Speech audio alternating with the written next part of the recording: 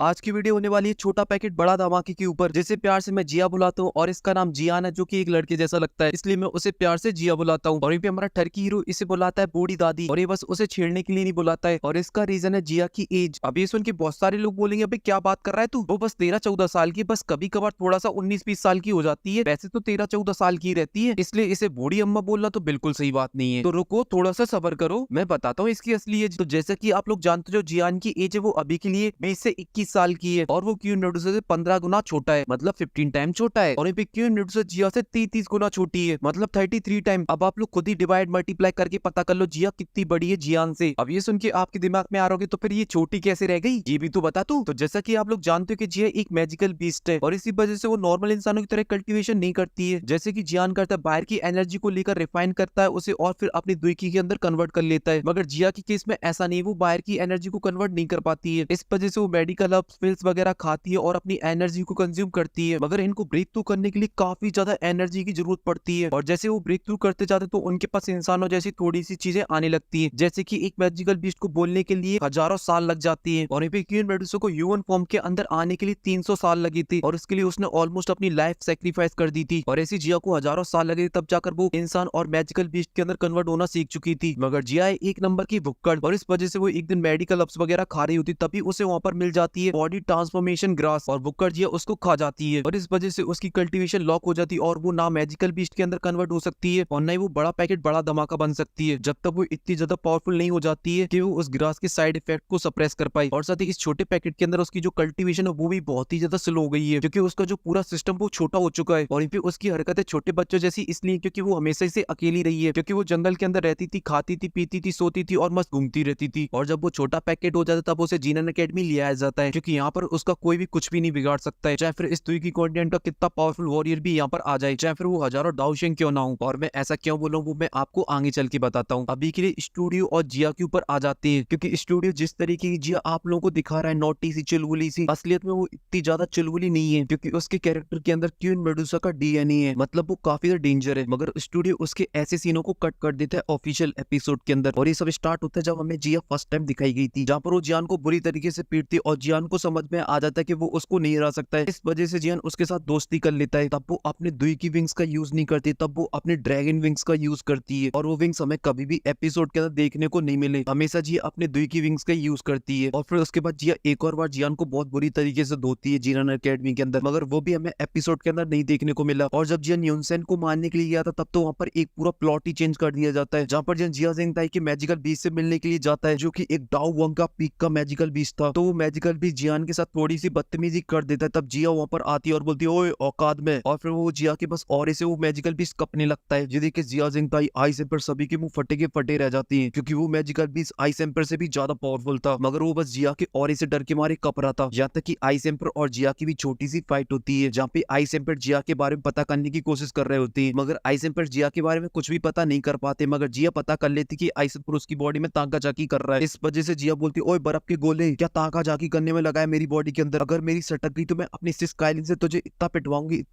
तूने सोची ना होगी। मगर लेजेंड आइस एम्पर इस बात पे गुस्सा नहीं होते, और वो जियान से बोलते भाई ये क्या पकड़ के घूम रहा है, इसके बारे में तो कुछ पता ही नहीं चल रहा है। और फिर इसके बाद जब जिया उस मैजिकल बीस्ट से फाइट करती तब जिया 2 अटैक के अंदर उस मैजिकल बीस्ट को मार देती है। मगर एपिसोड के अंदर उसकी बहुत लंबी फाइट दिखाई गई है, और फिर उसके बाद जियान जिससे फाइट कर रहा होता है उसके ऊपर जाके हमला करती है, जिस वजह से उसकी शॉट के टुकड़े टुकड़े हो जाते हैं, और वो जाके जमीन के ऊपर गिरता है, और फिर उसके बाद जियान मारता है। तो चलो अब बताता हूँ कि असलियत में जिया है क्या आखिर में, और साथ ही वो जीनन एकेडमी के अंदर ही क्यों रहती थी। तो पहले मैं आपको जिया की पावर के बारे में बताता हूँ। तो जिया इस पूरे द्वीप की कॉन्टिनेंट की सबसे ज्यादा पावरफुल मैजिकल बीस्ट है, उससे पावरफुल मैजिकल बीस्ट इस पूरे द्वीप की कॉन्टिनेंट के अंदर नहीं है। और अभी तक आप लोगों ने जितने भी पावरफुल मैजिकल बीस्ट देखे वो सभी के सभी बिल्कुल लल्लू से हैं, क्योंकि आगे चल के आपको ऐसे ऐसे पावरफुल मैजिकल बीस्ट देखने को मिलने वाले हैं जो कि प्रोटेक्टर वो और यूनसेन जैसे लोगों को अपने ऑरे को रिलीज करके मार सकते हैं। मगर बहुत सारे लोग सोच रहे हैं कि मेडुसा की जितनी पावरफुल मैजिकल बीस्ट तो ये नहीं है बिल्कुल भी, क्योंकि जब देखो क्वीन मेडुसा मदद करती रहती है जिया की, तो ऐसा बिल्कुल भी नहीं। अगर जिया की सटक जाए तो क्वीन मेडुसा को भी घुटनों के बल ले आ सकती है, क्योंकि क्वीन मेडुसा उसके ऑरे के प्रेशर को कंट्रोल नहीं कर पाएगी, और वो बिना लड़े उसके सामने घुटनों के बल आ जाएगी। क्योंकि जो क्वीन मेडुसा के स्नेक सेक्ट के लोग हैं, जो उनके सुपीरियर मतलब उनकी गॉड है, वो भी जिया के सेट के सामने कुछ भी नहीं है। और जिया के सेट का नाम है एंशिएंट वॉलेट ड्रैगन ट्राइब, और ये सबसे पावरफुल मैजिकल बीस्ट होते हैं, और इनके पास बहुत सारे दाऊशेंग हैं, और जिया इस ट्राइब की रानी है। अब ये सब सुनने के बाद आप लोग सोच रहे हैं कि फिर जिया जीनन एकेडमी के अंदर क्या कर रही है। तो जैसा कि आपको पता चल ही चुका है कि जिया की बहुत ही पावरफुल क्लैन से आती है, इस वजह से उनके जो दुश्मन है वो भी बहुत ही ज्यादा पावरफुल होंगे। इस वजह से वो अपनी प्रिंसेस को सबसे सेफ जगह पे रखेंगी जहाँ पर उसकी प्रोटेक्शन अच्छे से हो पाए। मगर जीनन अकेडमी के अंदर तो ऐसा कोई भी पावरफुल पर्सन नहीं है, क्योंकि उनका हेडमास्टर जो कि एक डाउजोंग है। मगर ऐसा नहीं, जीनन अकेडमी के नीचे एक ऐसा बंदा है जिसे पूरी दुई की कॉन्टिनेंट का सबसे पावरफुल पर्सन बोला जाए तो बिल्कुल भी गलत नहीं होगा, और वो है जिया का बाप ड्रैगन एम्परर, जो कि डाओशेंग की पीक पर है और इसकी फिजिकल पावर किसी भी इंसान से कई गुना ज्यादा है, क्योंकि वो एक मैजिकल बीस्ट है और वो भी एक ड्रैगन। इस वजह से वो होलोप्सोल के बाप की भी खटिया खड़ी कर सकता है और यूनर के बाप की भी। मगर वो कभी बाहर नहीं आते क्योंकि उनका काम बहुत ही इंपॉर्टेंट है। अगर मैं अपना पर्सनल ओपिनियन दूं, अगर बात जिया की जान पर आ जाती है तो वो बंदा डेफिनेटली अपीयर होगा, क्योंकि ड्रैगन टाइप वाले लोग वो जिया को लेकर बहुत ही ज्यादा सिंसियर है। वो हमेशा जिया के ऊपर नजर रखते हैं, और ये मैं इसलिए बोल, जब जिया मास्टर को बचाने के लिए होलोप्सोल जाता है तब वो सभी बहुत ही बड़ी मुसीबत के अंदर पड़ जाते हैं, और एक टाइम पर ऐसा लगता है कि अब वो सभी लोग मारे जाएंगे, और जियान तो ऑलमोस्ट मरने की हालत में पहुंच चुका था। और फिर उनका जो नेक्स्ट टारगेट होता है वो होती है जिया। मगर तभी वहाँ पे ड्रैगन टाइप वाले बंदे आ जाते और पोर्टल वोटल खोल के जिया को वहां से बचा लाते हैं। और फिर सेकंड टाइम जब मास्टर के लिए वो बेबी सोल फूड लेने के लिए जाते हैं तब भी वहाँ पे होलोप्सोल के बंदे आ जाते हैं, और फिर से बात जिया की जान पे आ जाती है। तभी वहाँ पे फिर से ड्रैगन टाइप के बंदे आते हैं और जिया को बचा ले जाते हैं, और जितना बड़ा खतरा होता है उतना पावरफुल बंदा अपीयर होता है जिया को बचाने के लिए। इसलिए मुझे ऐसा लगता है अगर यहाँ पर होलोप्सोल का बाप आता है जिया को मारने के लिए, या फिर यूनर का बाप आता है जिया को मारने के लिए, तो डेफिनेटली ड्रैगन एम्पायर जिया को बचाने के लिए वहां पर अपीयर होगा, क्योंकि वो जिया की बहुत ही ज्यादा केयर करता है। अब मैं आपको बताऊंगा कि जिया कितनी ज्यादा इंपॉर्टेंट है जियान के लिए। मगर अकेली इस वीडियो के अंदर जिया के सारे कारनामे बताना वो तो बहुत ही ज्यादा मुश्किल है, क्योंकि उसने बहुत कुछ किया जिया के लिए, चाहे फिर वो मास्टर को बचाना हो होलोप्सोल से, उसमें जिया का बहुत ही ज्यादा इंपॉर्टेंट रोल था। और साथ ही जब पिल टावर जाता है और वहाँ पर एक कॉम्पिटिशन होता है तो जियान को वहाँ पे बहुत सारे टास्क मिलते हैं, तो उन्हीं में से एक इंपॉर्टेंट टास्क के अंदर जिया उसकी मदद करती है, जहाँ पर वो एक भालू को पकड़ लाती और जियान की मदद करती है एक वॉरियर से फाइट करने में, और साथ ही उस भालू की स्पेस टूरिंग भी ले लेती और जियान को दे देती, जिसके अंदर काफी सारे इंग्रेडिएंट थे जो उसने काफी सारी मेहनत के साथ जोड़े थे। और मैं इस भालू के लिए बहुत ही ज्यादा एक्साइटेड हूँ, क्योंकि ये बंदा बहुत ही मस्त है। और सबसे बड़ी मदद करती है वो जियान की थर्ड हेवनली फ्लेम को लेने में, और अगर जिया उस टाइम नहीं होती तो कभी भी जियान हेवनली फ्लेम को नहीं ले पाता। और वो कौन सी हेवनली फ्लेम है और जियान कब लेगा और कैसे लेगा वो एक अलग टॉपिक है, उस पर कभी और भी हम लोग जिया के फाइनल लेवल के बारे में बात करें तो जिया पहुंचेगी डाओशेंग के 4 स्टार पर, और यहाँ पे जो जिया के फादर वो बनेंगे गॉड। और इसी वजह से फ्यूचर में अगर स्टोरी बढ़ती तो हमें जिया भी गॉड बनती हुई दिखाई देगी। और यहाँ पे जिया के लव इंटरेस्ट की बात की जाए तो वो जियान ही है। मगर बीटीटीएच की फर्स्ट नोवेल के अंदर इन दोनों का कुछ भी नहीं होता है, क्योंकि जियान के पास ऑलरेडी 2 बेबी है और उनमें से एक तो पागल खोपड़ी की है ही, मतलब क्यून मेडुसा। मगर कुछ भी हो जिया में एकदम प्रॉपर तक एंड तक देखने को मिलने वाली है। मगर ये बात भी क्लियर है अगर फ्यूचर में बीटीटीएच की सेकंड नोवेल आती है उसके अंदर शायद जिया ना हो, क्योंकि जियान के जो दोनों प्रोडक्ट है वो इतने ज्यादा पावरफुल है कि वो जिया को भी सरपास कर जाती है। और अगर हाँ आप लोगों को जियान के बच्चों के ऊपर वीडियो देखनी तो आप लोग मुझे बता सकते हो, तो मैं उनके ऊपर भी वीडियो बना सकता हूँ। मगर अभी के लिए इस वीडियो में सिर्फ इतना ही। अगर आपको वीडियो पसंद आई हो तो प्लीज वीडियो को लाइक कर देना, और साथ ही चैनल को भी सब्सक्राइब कर लेना, और कमेंट के अंदर अपने थॉट भी जरूर देना। और मैं मिलता हूँ आपसे नेक्स्ट वीडियो में, तब तक के लिए आप सभी को बहुत सारा प्यार।